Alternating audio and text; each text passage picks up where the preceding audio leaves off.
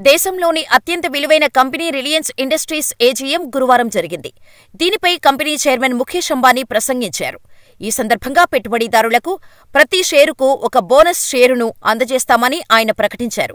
Company 7 ఏళ్ల తర్వాత ఇన్వెస్టర్లకు బోనస్ షేర్లను ఇవ్వబోతోంది.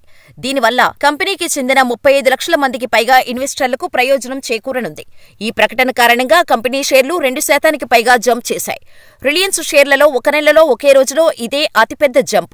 చివరికి షేరు 1.51% లాభంతో $3040.85 వద్ద ముగిసింది. దీని కారణంగా అంబానీ నికర విలువ $1.77 బిలియన్ అంటే దాదాపు 14,839 కోట్లు పెరిగింది. బ్లూంబర్గ్ బిలియనీర్స్ ఇండెక్స్ ప్రకారం అంబానీ నికర విలువ ఇప్పుడు $114 బిలియన్ చేరుకుంది. ప్రపంచ సంపన్నుల జాబితాలో 11వ స్థానంలో కొనసాగుతున్నారు.